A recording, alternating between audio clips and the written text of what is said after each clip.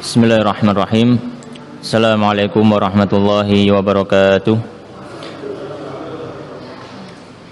Innal hamdalillah nahmaduhu wa nasta'inuhu wa nastaghfiruh wa na'udzu billahi min syururi anfusina wa min sayyiati a'malina. May yahdihillahu fala mudilla lahu wa may yudlilhu fala hadiyalah. Asyhadu an la ilaha illallah wahdahu la syarika lah wa asyhadu anna Muhammadan 'abduhu wa rasuluh. Sallallahu alaihi wa ala alihi wa ashabihi ajma'in. Ya ayyuhalladzina amanu taqullaha haqqa tuqatih wa la tamutunna illa wa antum muslimun. Wa ya ayyuhan nasu taqu rabbakumul ladzi khalaqakum min nafsin wahidah wa khalaqa minha zawjaha wa batha minhuma rijalan katsiran wa nisaa'a. Wattaqullaha alladzi tasaaluna bihi wal arham innallaha kana 'alaikum raqiba. Wa ya ayyuhalladzina amanu taqullaha wa qulu qawlan sadida yuslih lakum a'malakum wa yaghfir lakum dhunubakum wa may yuti'illaha wa rasulahu faqad faza fawzan 'azima amma ba'd. Fa inna asdaqal hadithi kitabullah wa khairal hadi hadi Muhammadin sallallahu alaihi wa ala alihi wasallam wa syarral umuri muhdatsatuha wa kullu muhdatsatin bid'ah wa kullu bid'atin dhalalah wa kullu dhalalatin finnar. Allahumma rabbana subhanaka la ilma lana illa ma 'allamtana innaka antal alimul hakim wa tub 'alaina innaka antat tawwabur rahim. Ma'asyiral muslimin jamaah Musallal muhajirin rahimani wa rahimakumullah. Alhamdulillah malam hari ini Allah Subhanahu wa taala memberikan kita kesempatan untuk melanjutkan silsilah kajian kitab Syama'ilun Nabi sallallahu alaihi wasallam atau kitab Syama'il Muhammadiyah yang ditulis oleh Al-Imam At-Tirmidzi rahimahullahu ta'ala, yang berisi tentang biografi dan juga sifat-sifat serta keseharian Nabi sallallahu alaihi wa ala alihi wasallam. Insyaallah pada malam hari ini kita sampai pada bab yang ke-29 dari kitab Syama'il ini. Faqala al-musannif rahimahullah ta'ala wa nafa'ana bi'ilmihi fid dharain amin. Berkata al-Imam At-Tirmidzi rahimahullahu ta'ala, babu ma jaa fi qadahi Rasulillah sallallahu alaihi wa ala alihi wasallam. Beliau mengatakan bab yang ke-29, penjelasan tentang wadah Rasulullah sallallahu alaihi wa ala alihi wasallam. Qadah dalam bahasa Arab maknanya adalah sebuah wadah yang dia tidak terlalu besar juga tidak terlalu kecil. Itu maknanya adalah al-qadah. Terkadang dibuat untuk makan, minum, dan juga terkadang dibuat untuk yang lainnya. Maka dalam bab ini beliau menyebutkan hadis-hadis yang menyebutkan tentang wadah yang dipakai oleh Rasulullah sallallahu alaihi wasallam. Dan beliau memiliki beberapa wadah di rumah beliau, dan bahkan yang diketahui ada nama-nama khusus untuk wadah-wadah yang beliau miliki. Di antaranya beliau memiliki wadah disebut Ar-Rayyan, kemudian memiliki wadah juga disebut Al-Mughith. Jadi Rasulullah SAW itu suka menamai benda-benda miliknya, suka menamai benda-benda miliknya. Ya, Rasulullah punya tunggangan, ada keledai, kemudian ada kuda, ada onta, ya. Maka semuanya diberi nama. Salah satu nama ontanya adalah Qaswa. Jadi nama ontanya salah satunya adalah Qaswa, ya. Dan banyak hal-hal yang diberikan nama oleh Nabi sallallahu alaihi wasallam. Baik. Maka hadis yang pertama dalam bab ini, qala al-Imam At-Tirmidzi rahimahullahu taala, haddatsana Al-Husain ibn al-Aswad al-Baghdadi qala haddatsana Amr ibn Muhammad qala haddatsana Isa ibn Tahman an Thabit qala, dari Thabit di sini maksudnya adalah Thabit al-Bunani, muridnya sahabat Anas bin Malik radhiyallahu taala anhu. Tsabit mengatakan, seorang tabi'in, akhraja ilaina Anas ibn Malik radhiyallahu ta'ala anhu. Suatu hari Anas bin Malik radhiyallahu anhu pernah mengeluarkan qadaha khasyabin, sebuah wadah dari kayu, ghalidhan mudabbaban, yang tebal dan sudah tambalan, ada tambalannya, ditambal, bihadidin, dengan ditambal dengan besi. Jadi wadahnya tersebut terbuat dari kayu, dan karena retak atau pecah maka ditambal dengan besi. Faqala, maka berkata Anas bin Malik radhiyallahu ta'ala anhu, ya Tsabit, wahai Tsabit, hadza qadahu Rasulillahi sallallahu alaihi wasallam. Ini adalah wadahnya Rasulullah sallallahu alaihi wasallam.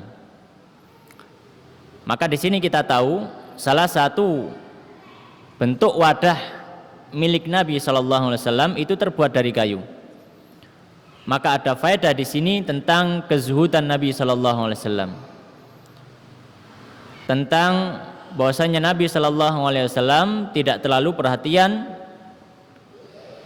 terhadap dunia.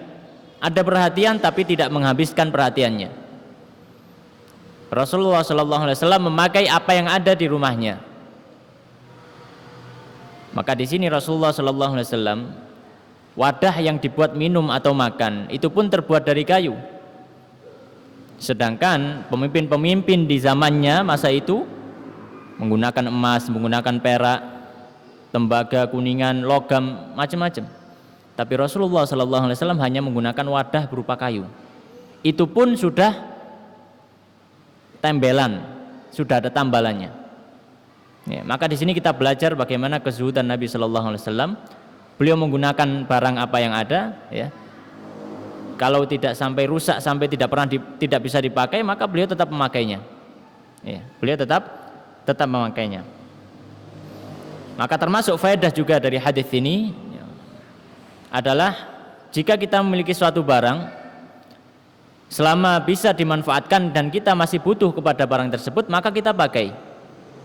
Ya, selama masih bisa untuk dimanfaatkan atau dipakai.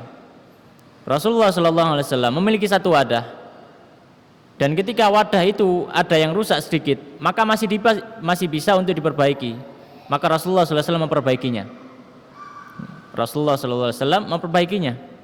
Ya, sebagaimana disebutkan Bunda Aisyah radhiyallahu ta'ala anha tentang bagaimana Rasulullah sallallahu alaihi wasallam ketika di rumah.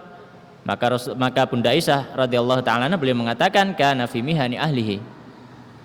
Ya, Nabi sallallahu alaihi wasallam itu kalau di rumah ya mengerjakan pekerjaan rumah. Ya, diantaranya ya kadang sandalnya lepas beliau jahit. Ya, atau bajunya ya beliau tambal. Maka Rasulullah sallallahu alaihi wasallam ketika memiliki suatu benda, kalau sudah rusak sampai tidak bisa dipakai, baru beliau ganti. Tapi kalau masih bisa dipakai, bisa diperbaiki, maka beliau perbaiki. Ya. Baik. Maka ini faedah dari hadis yang pertama, hadis dari sahabat Anas radhiyallahu ta'ala anhu. Kemudian hadis yang kedua adalah bab ini. Berkata Imam Tirmidzi rahimahullah taala, qala hadatsana Abdullah ibni Abdurrahman, qala anba'ana Amr ibn Asim, qala anba'ana Hammad ibn Salamah, qala anba'ana Humaid wa Tsabit. Bahwasanya ini dari dua muridnya sahabat Anas. Jadi sahabat Anas memiliki murid-murid. Di antara muridnya yang terkenal adalah Tsabit al-Bunani dan juga Humaid at-Tawil. Nah, di sini dua muridnya mengatakan, Humaid dan Tsabit. An Anasin radhiyallahu ta'ala anhu, dari sahabat Anas radhiyallahu ta'ala anhu. Qala, beliau mengatakan, laqad saqaitu, sungguh aku telah menghidangkan minuman atau memberikan minuman Rasulullah kepada Rasulullah sallallahu alaihi wasallam bihadzal qadahi, dengan wadah ini, asyaraba minuman kullahu, seluruh jenisnya.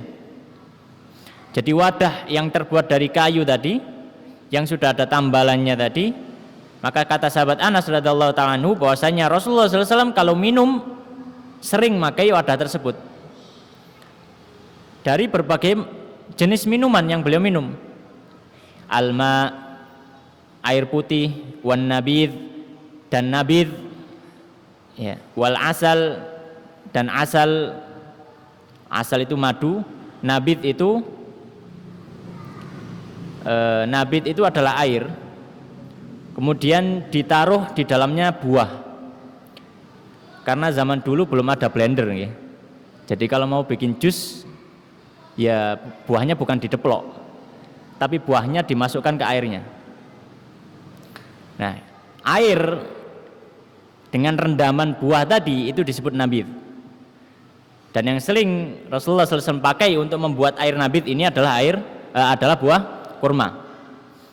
Ya, tapi buah yang lain pun bisa disebut nabidh. Tapi yang sering beliau pakai adalah kurma.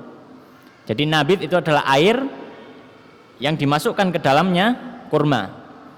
Ya, biasanya beliau masukkan di malam hari, kemudian besok paginya beliau minum, atau dimasukkan pagi hari, sorenya beliau minum. Jadi direndam dulu supaya kurmanya, ya, atau airnya menghancurkan kurma tersebut. Ya. Wal asal, dan madu, ya, Rasulullah juga meminum madu. Wal laban, dan juga susu. Ya. Baik. Maka dari hadis ini, ya,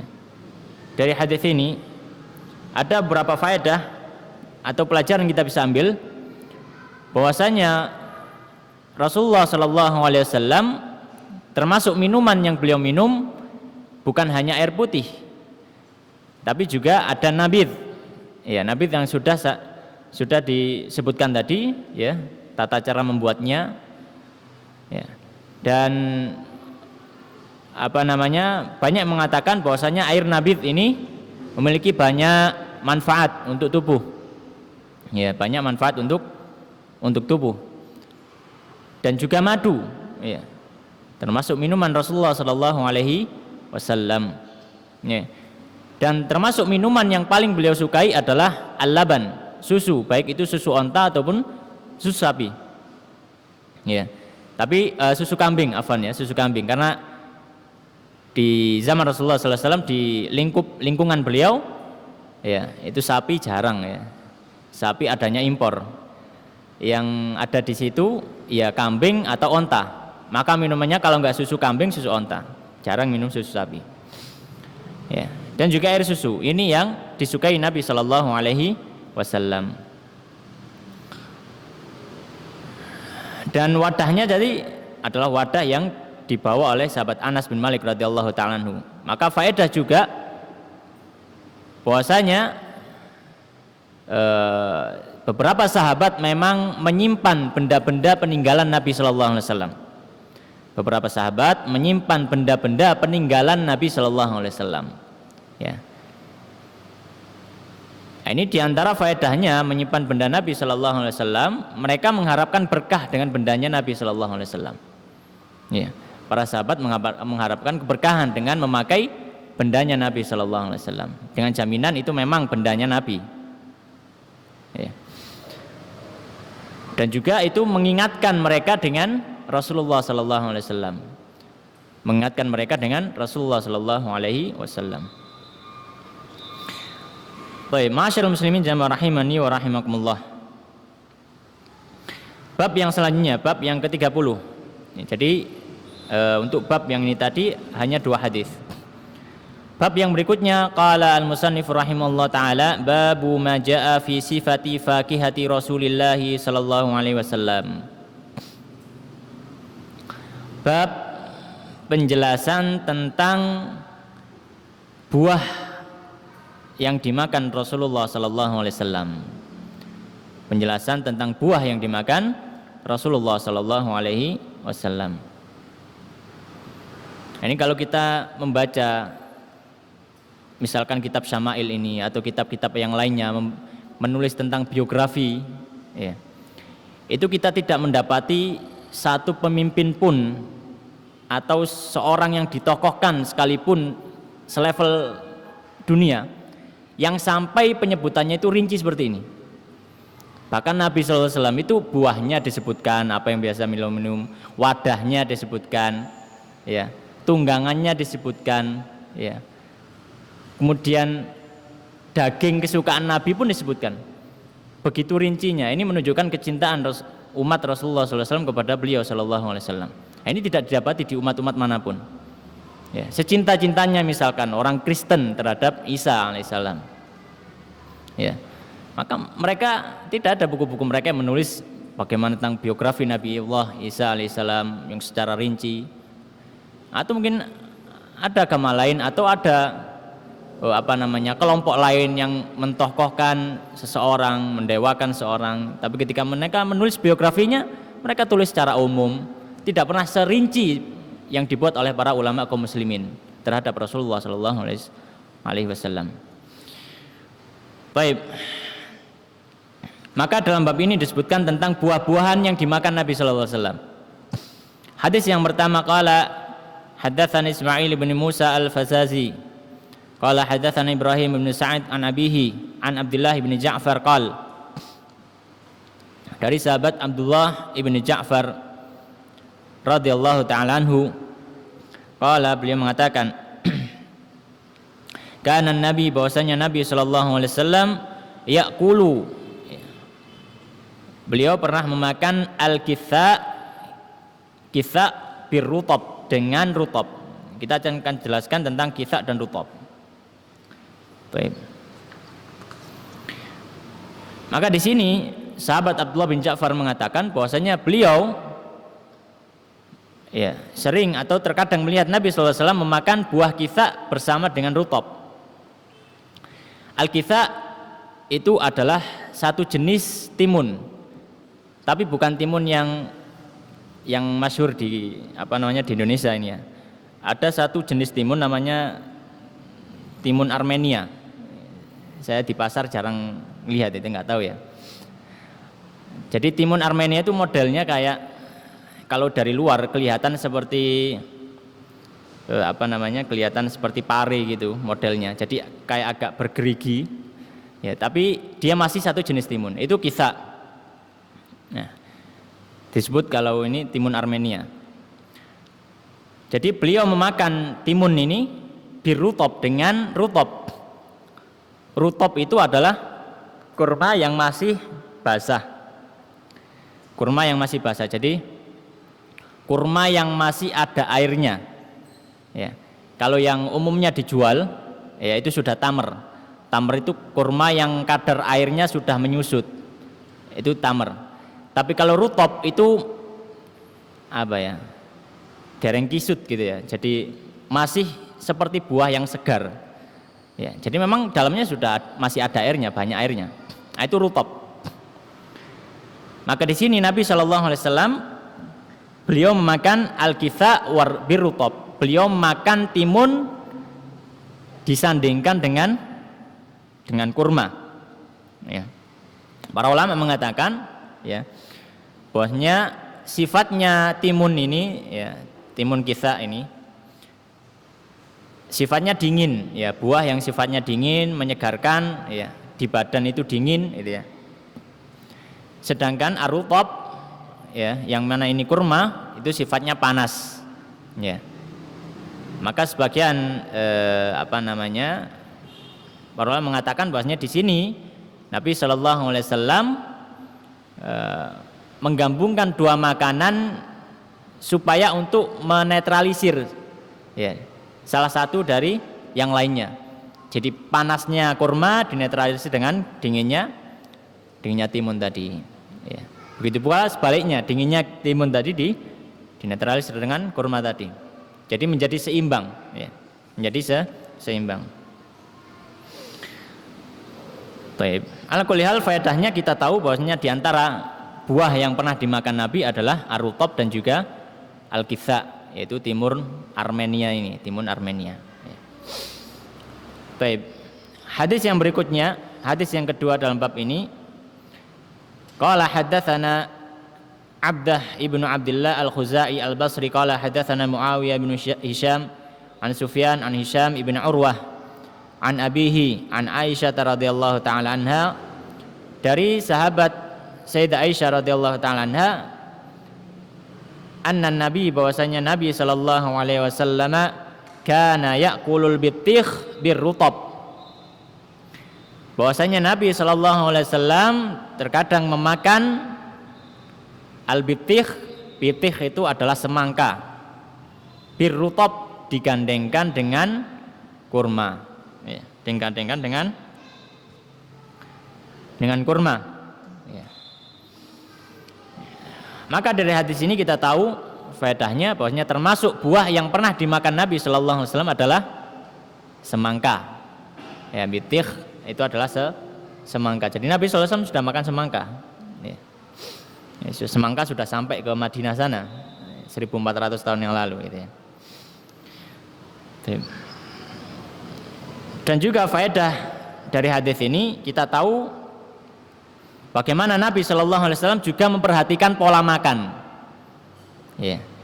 Nabi Shallallahu Alaihi Wasallam memperhatikan pola makan, ya, dari segi kesehatannya, ya, dari segi kesehatannya.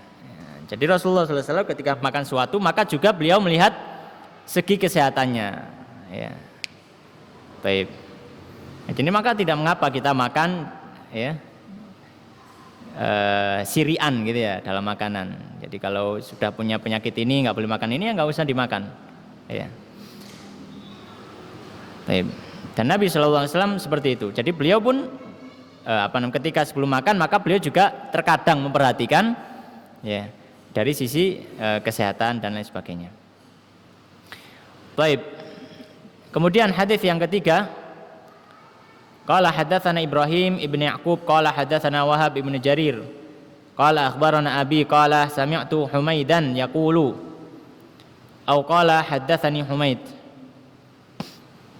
qala Wahab wa kana sadiqan lahu, ya. Wahab ibn Jarir, ya, dari bapaknya beliau pernah mendengar Humaid. Humaid maksudnya di sini adalah muridnya Anas bin Malik, Humaid at-Tawil, ya. Dan Wahab mengatakan kana sadiqan lahu, dan Humaid ini adalah sahabat atau maksudnya adalah murid dari atau teman dari ayahnya yaitu Jarir. An Anas ibn Malik, dari sahabat Anas bin Malik radhiyallahu ta'ala anhu, qala, beliau mengatakan ra'aitu Rasulullah, saya melihat Rasulullah sallallahu alaihi wasallam yajma'u bainal khirbiz war rutab. Anas bin Malik radhiyallahu ta'ala beliau mengatakan saya pernah melihat Rasulullah sallallahu alaihi wasallam menggabungkan antara al-khirbiz dengan rutab, ya. Al-khirbiz itu adalah melon. Khirbis itu melon, ya. Tapi melon kan melon yang yang umum itu kan melon yang kulitnya hijau, ya, kulitnya hijau. Tapi khirbis ini adalah melon yang kulitnya kuning. Jadi ada melon kulitnya kuning, kalau nggak salah apa sebutnya, ya, melon sunbread atau apa gitu, ya. Agak lupa tulisannya sunpride gitu, ya. Saya cari di Google itu seperti itu. Jadi melon tapi kulitnya kuning, ya, bukan hijau, ya. Dan nggak ada batiknya, ya. Kalau melon kan ada batiknya, tapi ini nggak ada batiknya. Jadi mulus gitu, ya. Mungkin kalau di Indonesia mungkin impor, ya, kalau nggak ada mungkin kalau di Indonesia sendiri. Nah, beliau memakan melon ini, ya, kita mudahnya melon dicampur dengan rutob, dengan kurma yang masih muda, kurma yang masih ada airnya, ya. Ya, faedahnya sama di hadis ini. Rasulullah SAW menggabungkan antara makanan yang bersifat dingin dengan makanan yang bersifat panas di dalam tubuh, ya, supaya menjadi seimbang, ya, ya. Dan di sini juga kita tahu bahwasanya salah satu buah yang pernah dimakan Nabi SAW ini adalah khirbis ini atau sejenis melon ini. Hadis yang berikutnya yang ke 4 ya dalam bab ini. Qala hadatsana Muhammad ibnu Yahya qala hadatsana Muhammad ibnu Abdul Aziz Ar-Ramli qala hadatsana Abdullah ibn Yazid ibn Salt an Muhammad ibn Ishaq an Yazid ibn Ruman an Urwah an Aisyah radhiyallahu taala anha. Dari sahabat Aisyah radhiyallahu taala anha anna Nabi bahwasanya Nabi sallallahu alaihi wasallam akalal bitikha birrutab, memakan semangka dengan kurma yang masih muda atau kurma yang masih basah. Ya.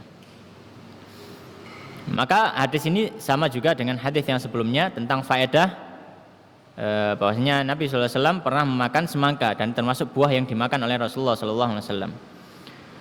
Kemudian hadis yang berikutnya, hadis yang kelima. Qala hadatsana Qutaibah ibnu Sa'id an Malik ibn Anas wa hadatsana Ishaq ibn Musa hadatsana ma'an hadatsana Malik an Suhail ibn Abi Salih an Nabihi an Abi Hurairah radhiyallahu ta'ala anhu. Dari sahabat Abu Hurairah radhiyallahu ta'ala anhu, kana nas bahwasanya manusia idza ra'au awwala thamri, apabila mereka melihat awal dari buah, ja'u bihi ila Rasulillah, maka mereka datang kepada Rasulullah sallallahu alaihi wasallam dengan buah tersebut. Fa idza akhadahu Rasulullah, dan apabila Rasulullah sallallahu alaihi wasallam mengambil buah tersebut, ketika Rasulullah sallallahu alaihi wasallam mengambil buah tersebut, qala, maka beliau berdoa, Allahumma barik lana fi thimarina wa barik lana fi madinatina wa barik lana fi sa'ina wa fi muddina. Allahumma inna Ibrahim abduka wa khaliluka wa nabiyyuk wa inni abduka wa nabiyyuk wa innahu da'aka li Makkah wa inni ad'uka lil madinati bimithli ma da'aka bihi li Makkah. Rasulullah sallallahu alaihi wasallam ketika memegang buah yang dibawa oleh petani tadi, maka Rasulullah mendoakan. Doa beliau menyebutkan Allahumma barik lana fi thimarina hadza, fi thimarina. Ya Allah, berkahi kami dalam buah-buahan kami. Wa barik lana fi madinatina, dan berkahi kami dalam Madinah kami, yaitu kota kami, kota Madinah. Wa barik lana fi sa'ina. Ya Allah, dan berkailah kami dalam sok kami dan juga wa fi muddina, dan mud kami. Sok dan mud itu takaran. Ya, takaran di zaman Rasulullah sallallahu alaihi wasallam. Dan juga zaman setelahnya. Ya, takaran yang ma'ruf, ya. Jadi takaran sok dan takaran mud, ya. Kalau sok itu ukurannya adalah 4 mud. Ya. Sok itu ukurannya adalah 4 mud, ya. Allahumma inna Ibrahim abduka wa khaliluka wa nabiyuka. Ya Allah, sesungguhnya Ibrahim adalah hambamu dan kekasihmu dan juga nabimu. Wa inni abduka wa nabiyuka, dan aku adalah hambamu dan juga nabimu. Wa innahu da'aka li Makkah, dan Ibrahim sungguh telah berdoa untuk kota Mekah. Wa inni ad'uka lil Madinah, dan aku berdoa kepadamu untuk kota Madinah. Bimithli ma da'aka bihi li Makkah, sebagaimana yang Nabi Ibrahim berdoa kepadamu dengannya untuk kota Mekah. Wa mithlihi ma'ahu, dan juga yang seperti hal tersebut bersamanya. Qala, kemudian Anas Abu Hurairah mengatakan, ya, thumma yada'u, kemudian Nabi sallallahu alaihi wasallam manggil asghara walidin, anak yang paling kecil, ya rohu, yang beliau melihatnya. Fayu'tihi dzalika tsamar, kemudian beliau memberikan anak tersebut buah tersebut. Jadi di sini hadis ini bahwasanya sahabat yang mulia Abu Hurairah radhiyallahu taala anhu, beliau mengatakan, dulu petani-petani di kota Madinah itu biasanya kalau pohon mereka sudah mulai berbuah, maka buah yang sudah bisa dipanen pertama, yang sudah bisa dipetik pertama, mereka tidak jual, tapi langsung dibawa ke Nabi sallallahu alaihi wasallam. Ya.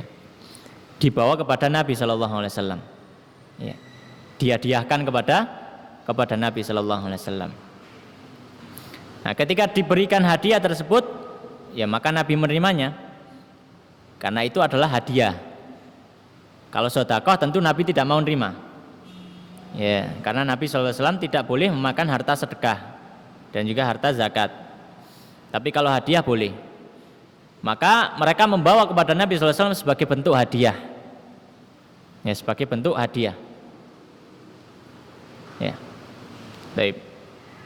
Nah, ketika sampai pada Nabi, maka Nabi biasanya mengambil buah tersebut kemudian berdoa, mendoakan untuk buah tersebut dan juga untuk masyarakat. Ya. Maka dari kisah ini ada pelajaran, ya. Ada pelajaran. Pelajaran yang pertama, ya, bahwasanya dianjurkan bagi kita apabila memiliki semisal pohon yang berbuah atau hasil panen, gitu ya, untuk memberikan kepada orang yang soleh atau sesepuh di situ sebagai bentuk penghormatan. Maka ini dianjurkan, boleh, ya, sebagai bentuk penghormatan terhadap mereka. Sebagaimana sahabat radhiyallahu ta'ala anhu, ya, sahabat radhiyallahu ta'ala anhu, mereka ketika pertama kali panen, ya, buah yang pertama kali muncul yang matang itu diambil langsung dibawa kepada Nabi sallallahu alaihi wasallam, dihadiahkan. Ya, para sahabat begitu mencintai Rasulullah sallallahu alaihi wasallam. Ya. Maka di sini boleh, ya. Ketika kita mungkin punya hasil panen kemudian diberikan kepada orang soleh atau tetua di situ yang ditokohkan, ya, ustadz, kiai, gus, ya, syekh atau yang lain sebagainya, ya, diberikan hadiah kepada mereka sebagai bentuk penghormatan kita, kecintaan kita kepada ahli ilmu, ya. Maka ini boleh. Ini kalau biasanya kalau di pedesaan kan gitu biasanya, kalau ada kiai atau gus gitu, ya, ini biasanya kalau panen, nah, itu langsung datang ke rumah kiainya, ini ngasihkan beras, ya, gitu, ngasihkan hasil panennya seperti itu. Nah, ini termasuk akhlak yang baik, akhlak yang mulia. Ini contoh akhlaknya para sahabat radhiyallahu ta'ala anhum terhadap Rasulullah sallallahu alaihi wasallam. Kemudian juga diantara faedah hadis ini, ya, hendaknya ketika kita diberikan sesuatu, ya, diberi sesuatu oleh seorang, ya, maka dianjurkan bagi kita untuk mendoakan, ya, dianjurkan bagi kita untuk mendoakan, ya. Makanya Rasulullah sallallahu alaihi wasallam mengatakan bahwasanya kalau kita diberikan sesuatu, ya, diberi pertolongan atau apapun, maka balaslah. Kalau tidak mampu membalas dengan yang semisal, maka minimal ucapkan jazakallahu khairan, itu sudah doa. Ya. Rasulullah SAW juga di banyak kesempatan mengajarkan doa-doa bagaimana kalau kita diberi oleh orang lain. Misalkan kita diberikan makan oleh orang lain, maka Rasulullah mengajarkan doanya, Allahumma at'im man at'amana wasqi man saqana. Ya Allah, berikanlah makan, ya, bagi orang yang telah memberikan makan kepada kami, dan seterusnya. Ya, maka dianjurkan kalau kita diberikan sesuatu, ya, maka kita ucapkan doa untuk orang tersebut, ya, dan juga untuk keumuman kaum muslimin. Maka ini tidak mengapa, ya, tidak mengapa, dianjurkan. Ya.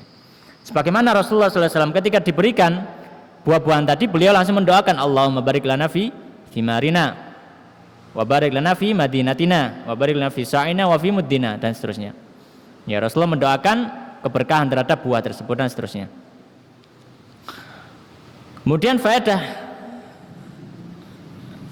yang bisa kita ambil dari hadis ini juga bahwasanya untuk masalah harta, untuk masalah makanan, maka bukan masalah banyak sedikitnya, tapi yang terpenting adalah masalah berkah atau tidak berkahnya.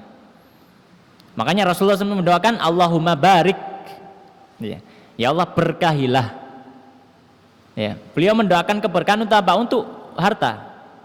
Buah-buahan ini harta. Ya, sebuah kota itu harta. So' dan mud itu takaran untuk jual beli, itu harta. Ya. Maka Rasulullah mendoakan keberkahan untuk harta, bukan masalah banyak atau sedikitnya. Ya. Maka ini penting ketika kita memiliki harta, kita memohon kepada Allah Subhanahu untuk diberkahi hartanya, bukan masalah diperbanyak tapi diberkahi. Ya. masalah diberkahi harta tersebut. Kemudian kisahnya Abu Hurairah tadi, ketika Rasulullah sudah selesai berdoa, maka Rasulullah tidak memakan buahnya sendiri, tapi Rasulullah melihat di sekeliling beliau ada anak-anak kecil, ada anak kecil yang melihat. Maka Rasulullah melihat ada anak yang paling kecil. Jadi anak yang paling kecil itu yang paling kepinginan kan gitu. Melihat ada buah-buahan, maka anak kecil tersebut ingin ya melihat saja gitu. Akhirnya dipanggil oleh Rasulullah SAW, kemudian diberikan buah tersebut kepada anak kecil tersebut. Maka dari kisah ini juga ada faedah yang lain, ya. Bahwasanya kita tahu dari hadis ini kecintaan Nabi Shallallahu Alaihi Wasallam kepada umatnya itu tidak memandang umur, bahkan terhadap anak kecil. Ya, terbukti bagaimana Rasulullah Sallallahu Alaihi Wasallam menghadiahi anak tersebut, anaknya masih kecil, dengan buah-buahan tadi.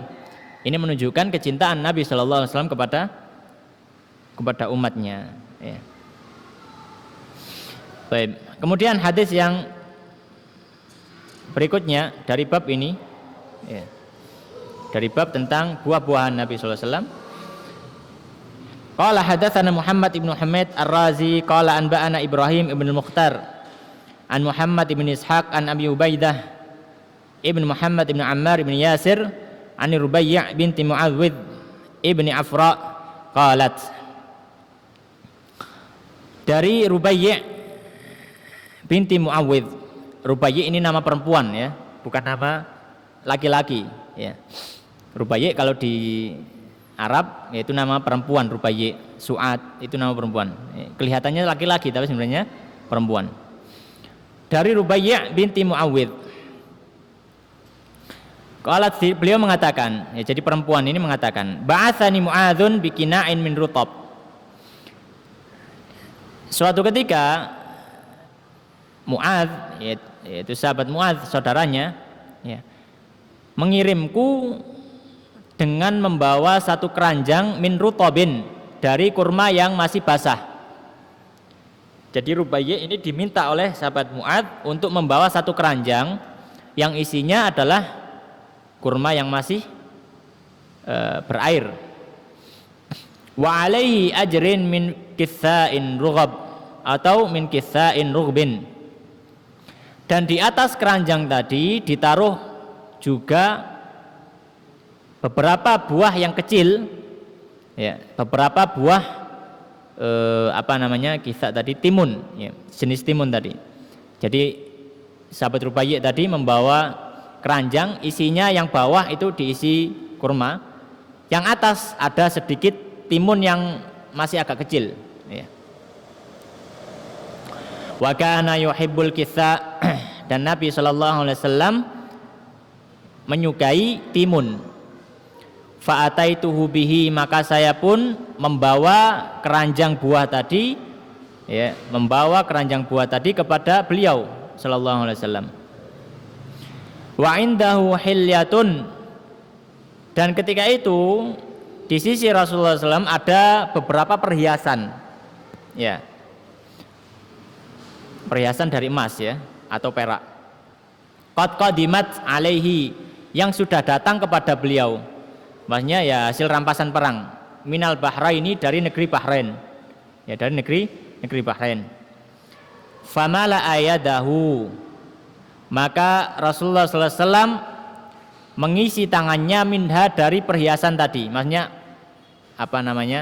ngerakup ngeten nggih, jadi mengambil perhiasan tadi.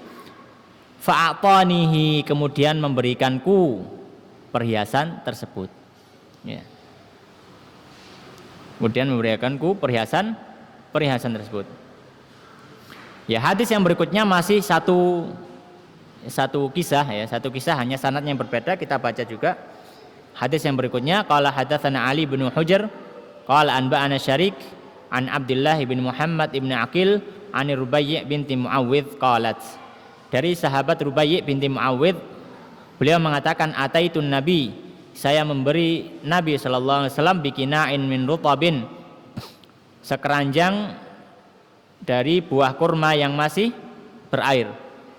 Wa ajri rugbin, dan sedikit buah-buahan, ya, yang masih kecil. Fa'atani mil'a kaffihi huliyan, maka beliau pun memberikan kepadaku satu genggaman tangan perhiasan. Au qalat, atau beliau mengatakan zahaban, atau emas. Baik. Maka dari dua hadis ini yang senada, ya, kita bisa mengambil kesimpulan cerita bahwasanya Rubaiyah ini diperintahkan saudaranya ya, Mu'adz, untuk menghadiahi Rasulullah SAW dengan satu keranjang buah. Ya. Disuruh bawa satu keranjang buah, isinya itu kurma yang masih muda. Kemudian di atasnya dikasih sedikit buah timun yang masih kecil. Maka ketika diberikan kepada Nabi SAW, kebetulan ketika itu ada harta rampasan perang yang baru datang, atau yang datang gitu ya, sudah datang, berupa perhiasan-perhiasan dari emas. Maka ketika tahu Nabi SAW diberikan hadiah satu keranjang buah, maka Rasulullah pun membalas hadiah tadi dengan memberikan satu genggam perhiasan yang terbuat dari emas. Ya mungkin harganya tidak selevel gitu ya. Jadi buah terus dihargai emas satu genggam gitu ya. Ya. Tapi itulah Rasulullah SAW. Ya, Rasulullah SAW, ya, beliau sangat sakha, beliau sangat dermawan. Ya. Dan kedermawanan beliau ya sangat luar biasa. Ya. Maka dari hadis ini kita tahu, ya, dari hadis ini kita tahu di antara faedahnya, ya, di antara faedahnya termasuk hadiah yang boleh diberikan, ya, hadiah yang boleh diberikan kepada orang lain atau kepada orang yang kita hormati, ya, orang yang kita cintai, maka diberikan buah, ya, memberikan buah. Sebagaimana para sahabat pun memberikan buah-buahan kepada Nabi Shallallahu Alaihi Wasallam, ya. Dan kalau bisa, kalau kita tahu kepada orang yang akan kita hadiahi ada buah-buah khusus yang disukai misalkan, ya, maka hendaknya kita memilih buah yang memang disukai oleh orang tersebut, ya, karena sebaik-baik hadiah adalah ya hadiah yang memang terbaik gitu ya. Ya. Jangan kita memberikan hadiah kepada orang yang kita tahu kalau kita kasih hadiah itu orang itu nggak suka. Ini misalkan ada orang nggak suka durian, ya kita tahu orang itu nggak suka durian, tapi malah kita sengaja kita kasih durian misalkan, ya jangan seperti itu. Jadi kalau mau memberikan hadiah misalkan buah, maka kalau kita tahu ada buah yang disukai, maka kita berikan buah tersebut. Sebagaimana tadi disebutkan oleh Rubai', wa kana sallallahu alaihi wasallam yuhibbul kitha. Sebelum memberikan hadiah, Rubai' sudah tahu Nabi ini salah satu buah kesukaannya adalah timun. Maka di atas kurma tadi dikasih timun. Ya, karena Rubai' tahu bahwasanya Nabi sallallahu alaihi wasallam suka timun. Baik. Dan juga di antara faedah di sini kita tahu tentang kedermawanan Nabi Shallallahu Alaihi Wasallam. Ya, kita bisa bayangkan, ya, buah kurma yang satu keranjang tadi itu dalam tanda kutip dihargai oleh Nabi Shallallahu Alaihi Wasallam seharga perhiasan dari emas satu tangan, ya, satu cakupan tangan. Ya, kalau misalkan dihitung secara ekonomi tentu akan merugi. Tapi kalau masalah hadiah, memberikan hadiah, ya, maka tidak menghitung untung rugi, karena sifatnya hadiah. Nah, karena hadiah itu tidak mengharapkan sesuatu yang bersifat material, keuntungan ekonomi, tidak. Tapi hadiah itu lebih kepada memberikan manfaat batin.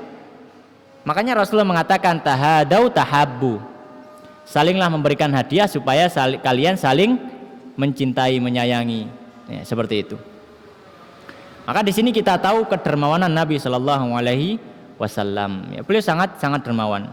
Dan juga faedah hadis ini adalah bahwasanya Nabi SAW berusaha semaksimal mungkin untuk membalas setiap orang yang memberikan hadiah kepada beliau.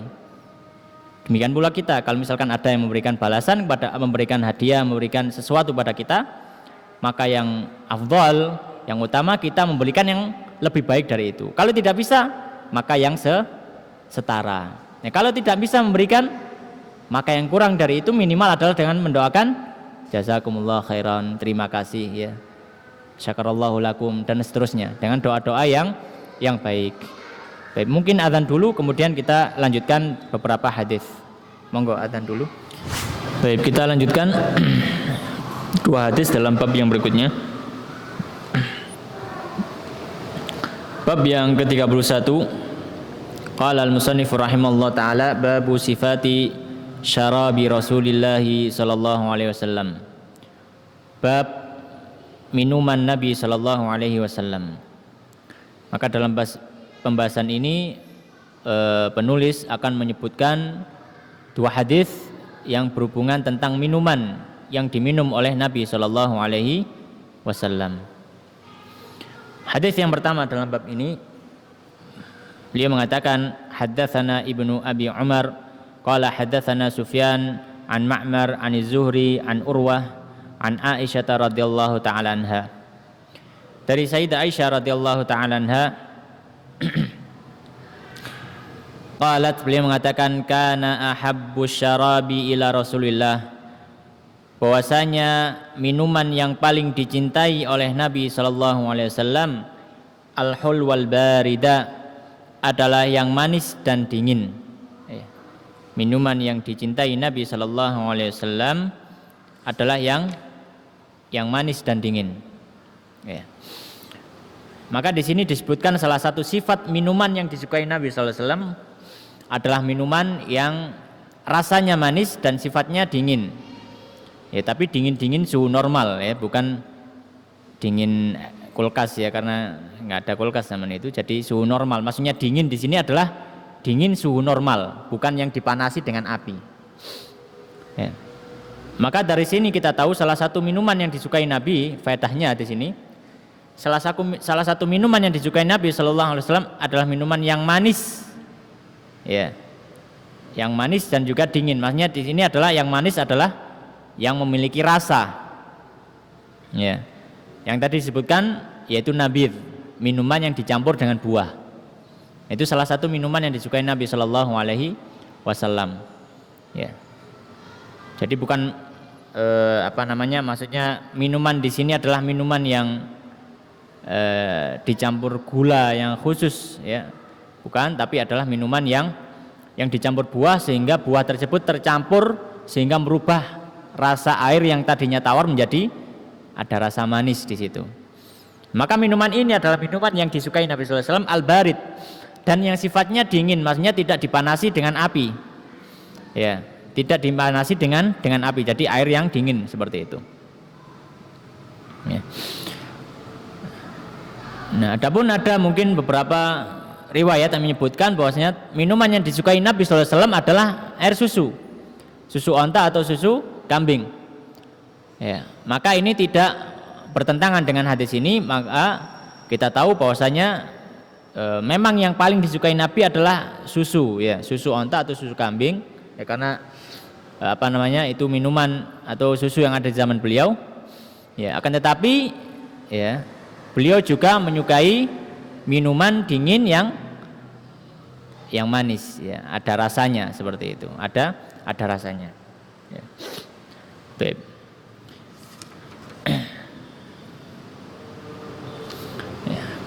Dan rasa manis yang didapat tentu di zaman Rasulullah SAW bisa didapat dengan itu tadi, bisa didapat dengan buah atau bisa didapat dengan madu. Jadi air bening, air putih biasa tanpa dipanasi dengan air, air putih kemudian dikasih madu di situ.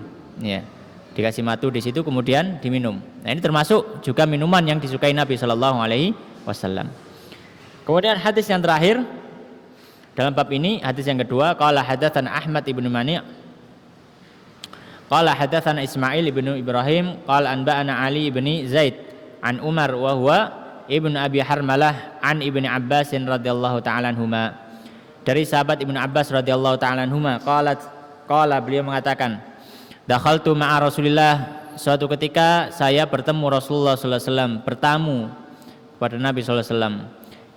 Ana, saya, wa Khalid ibnul Walid, dan juga Khalid bin Walid ala Maimunah, di rumahnya Maimunah.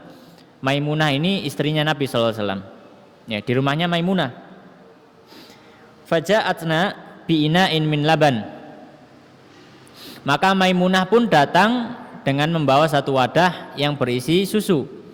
Fasyariba Rasulullah, maka Rasulullah SAW meminum air susu tersebut. Wa ana ala yaminihi, dan ketika itu posisi saya berada di samping kanannya. Wa Khalidun an shimalihi, sedangkan posisi Khalid bin Walid ada di kirinya. Faqala li, maka Rasulullah mengatakan, asyarbatu laka, ya, satu tegukan minuman untukmu. Ya, jadi menawari Ibnu Abbas tadi yang ada di sisi kanannya. Fa in syi'ta atharta biha Khalidan, tapi kalau mau kamu boleh ya memberikannya kepada Khalid dulu baru ke kamu. Fakultu, maka saya mengatakan, yaitu Ibnu Abbas, ma kuntu liuthira ala su'rika ahadan. Maka sahabat Ibnu Abbas mengatakan, saya tidak akan mendahulukan seorang pun dari bekas minummu. Ya. Maksudnya ya saya nggak mau, ya saya dulu, setelah jenengan saya dulu, itu katanya Ibnu Abbas. Tsumma qala Rasulullah SAW, maka Rasulullah SAW bersabda, man at'amahullahu ta'aman falyakul, barang siapa yang sudah diberikan makan oleh Allah Subhanahu wa taala dengan satu makanan, falyakul, maka hendaknya dia mengatakan, Allahumma barik lana fihi, ya Allah berkahi kami dalam makanan tersebut, wa at'imna khairan minhu, dan berikanlah kami makanan yang lebih baik daripada makanan tersebut. Wa man saqahu Allahu azza wa jalla labanan, dan barang siapa yang diberikan minum oleh Allah Subhanahu wa taala dengan minuman susu, falyakul, maka hendaknya dia mengatakan, Allahumma barik lana fihi wa zidna minhu, ya Allah berkahilah kami dalam susu tersebut, wa zidna minhu, dan tambahilah bagi kami dari susu tersebut.